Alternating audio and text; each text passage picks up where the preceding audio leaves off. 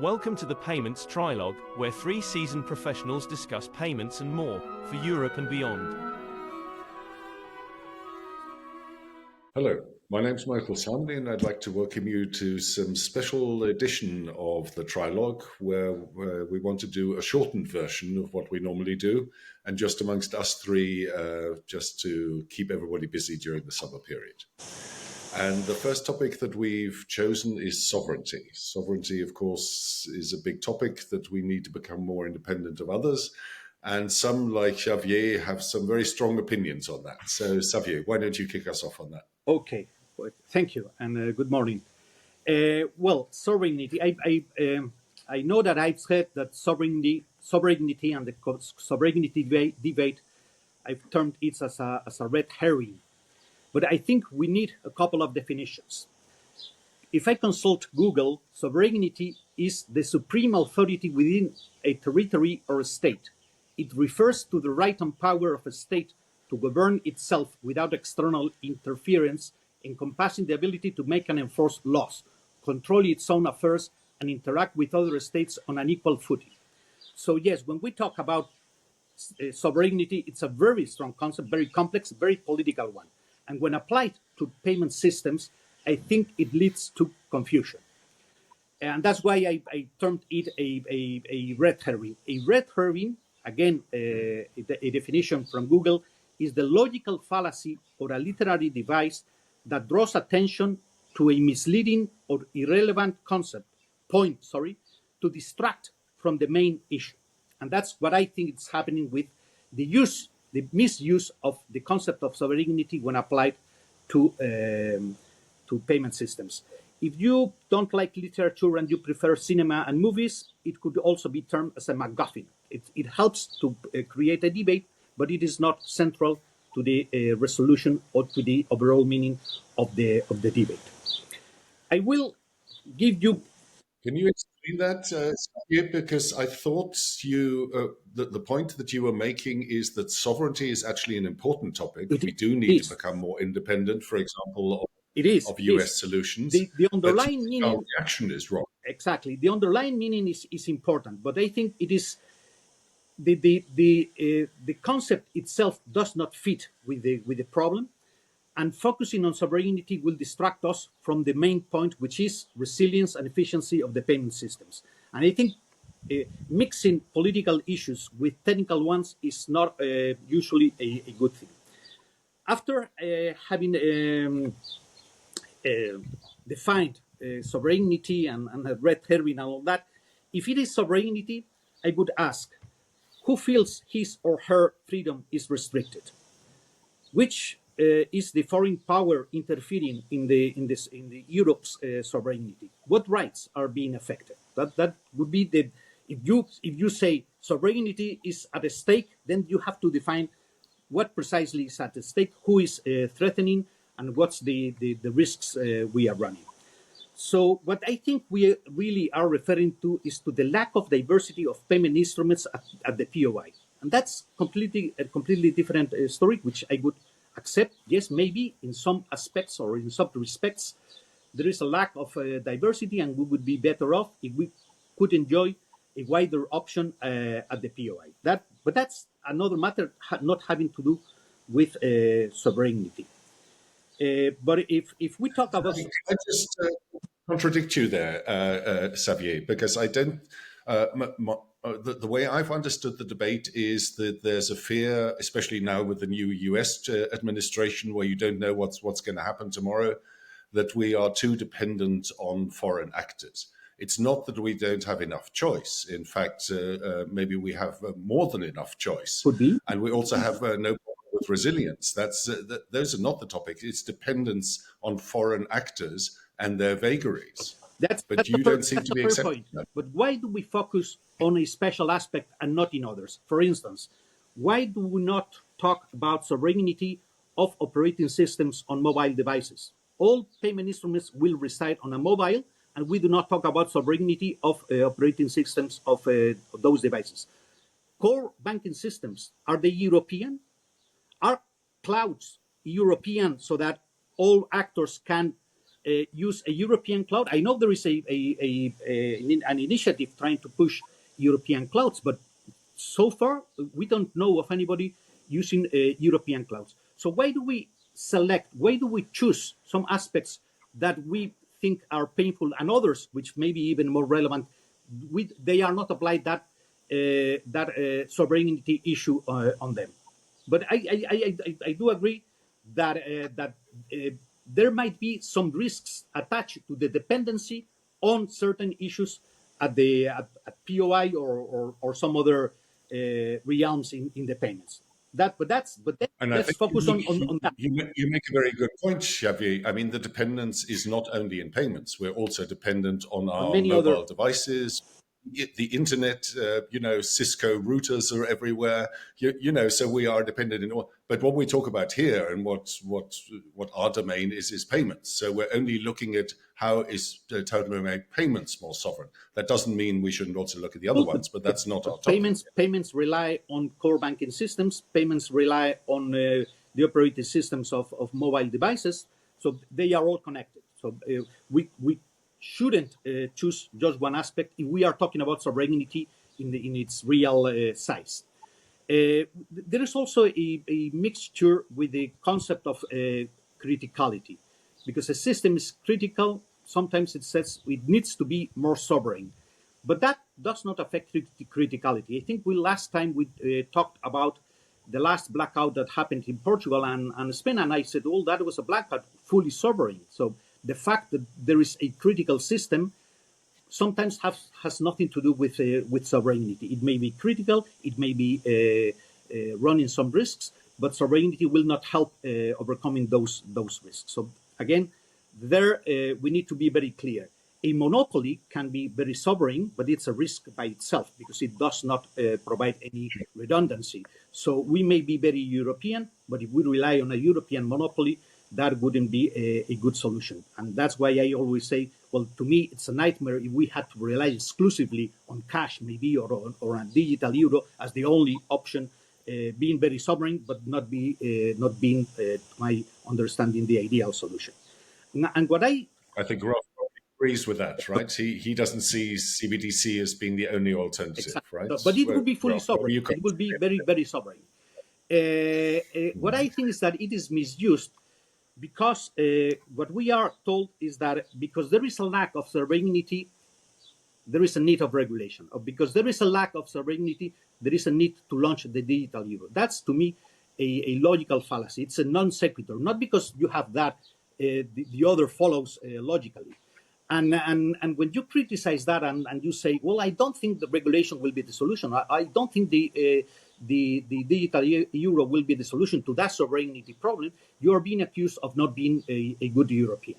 And that's what I think is a misuse of the concept of sovereignty. Not because you are against something you are going to the premise. It's just the consequence what you are criticizing, and in my case, is what I'm criticizing. But again, what I maybe we should let Ralph say something to that, okay. Javier, no?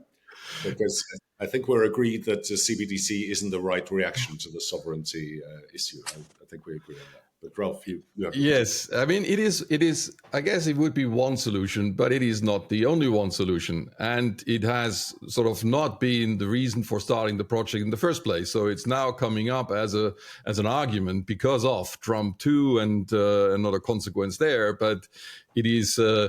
This wasn't the reason for doing it, and but I do see the sovereignty problem. I think it came up back in Trump 1 with payments, especially about sanction lists and the big card networks not being allowed to do any payments anymore. And if we don't share the same sanction list to the US, then we'll have that discrepancy, and we may want to make payments to Iran, Iraq for some reason, which the US may not do. So if we diverge on those sanctions, then we'll have this sovereignty problem. And the other one is, if anyone puts, would shut them down for Europe or would put high tariffs on Visa, MasterCard, PayPal, which, is not out of imagination these days. So what then? Now, firstly, let me highlight that we already have European payments sovereignty, and it's thanks to, wait for it, open banking. Because open banking would say that, yeah. yeah, well, open banking is the only electronic payments method currently in place under European sovereignty that can reach all and every one single payment account in Europe. That's all 400 plus million payment accounts. People can use it. They can use it right away. They don't have to get onboarded or sign up or get some account or whatever, because all they need is that payment account, which they have already. And also on the acceptance side, it's easy because, open banking is basically offered by all acquirers, by all these platforms, etc. So merchants could just basically turn it on if they want to. So it is there. And it's the only one that is there. And it's the only one that will be there for the foreseeable future. Because the newer projects like EPI and EMSA and all of that, well, we've discussed it here many times. It'll take years to get anywhere close. I probably will never get to all payment accounts in Europe. So it'll have some countries, it'll have maybe a third, maybe half. It can reach maybe half of the consumers, but that's already a challenging target for like a 5 years, 10 years plan. For now and for the next decade, I believe open banking is the only viable, the only existing real alternative. And by the way, talking about sovereignty also from another angle, it is also it's a decentralized structure. And thanks to the decentralized structure, it has a very, very low attack surface. So you have if it is basically very resilient against cyber attacks or even physical attacks, because we have 300 or something TPPs accessing 3,000 banks. So with individual APIs, all bilateral. So it's a completely decentralized infrastructure that you just can't attack or destroy like in one go. It's like, I think 500,000 or so connections actually. And so therefore, I think we have that sovereignty. And I want to make another point on how to make sure that other alternatives can be built for that. But back to you now. Because before we stack up too many questions, you've given two really strong arguments of why Europe could build a fantastically sovereign infrastructure based on open banking, because it's distributed, you can already access everybody's account. So the question surely is, why aren't we doing that? Why isn't EPI based on open banking? Why aren't 7 initiatives happening using that? Why? Well, we have, we have discussed that here. We had EPI on the show, and the answer was, well, it's not good enough. The APIs are not good enough. So we have to expand on that. And of course, PSR, PSD3 now is a great opportunity. And the very, very last we should do is weakening it, which is what's currently happening. So because if the council position and the trilogue is going ahead, and if they would prevail, we would basically weaken. It would be big steps backwards on open banking. And everyone is focusing there on other issues, fraud, liability, which are of course big topics. But open banking is currently not at all really being discussed in this trilogue, or not yet. Anyway, exactly. So I have my hopes, but I also have some points on how to achieve sovereignty without becoming what's the word in a non-discriminatory way, because here in Europe, we're not really on in the spirit of like protectionism of the market. We want to be open, and we can be open, and well, I'll come to that in a second, but giving back to you first. But then I think you agreed that that sovereignty is not the right debate. It's something else, that we have to build a system with alternative options that complement each other. That I fully agree. But that there is a lack of sovereignty, that's what I think it's the wrong destination as a debate. It's not. We are not talking about sovereignty. We are talking about having realistic alternatives to and different options in a continuous manner. In every instance, you have to make a payment. When you have different options, then the risk of dependency lowers a lot, and that's what I think is the real issue we have to discuss.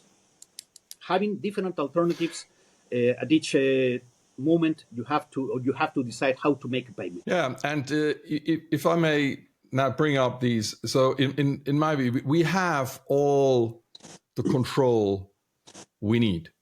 We have all the elements that we could apply, and we just have to do it. We are controlling the legal framework. So that's the PSD 1, 2, 3, 4, whatever will come. So we're controlling the legal framework. We are controlling the access, because you need a license in order to participate. In order to get a license, you need an EU entity. You don't have to have your headquarters in the EU, so that's true. So it's open to players all around the world, including big techs, but they do have to establish a European legal entity in order to get a license. And then we are controlling the standards. So EIDAS, the electronic signatures, QR code, NFC, you name it.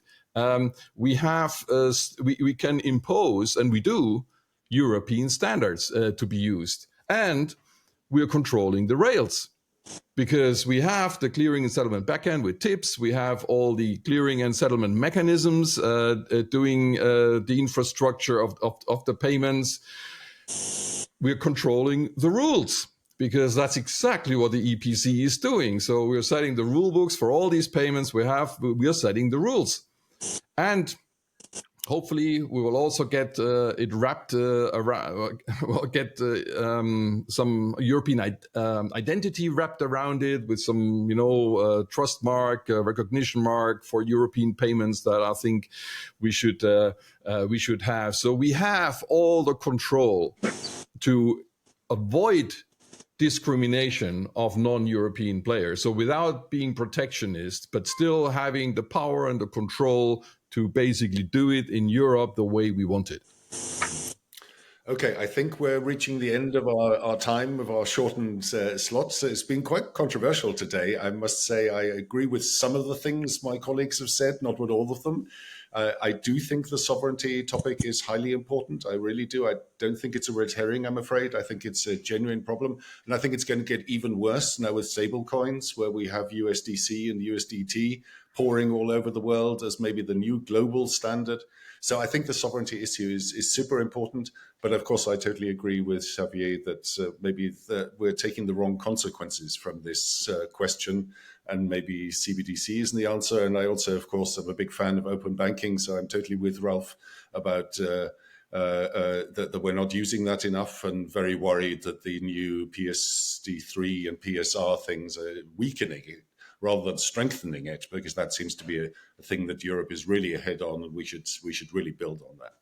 Okay, so please leave comments in the below this video if you have other opinions, or if you want to contribute to the debate.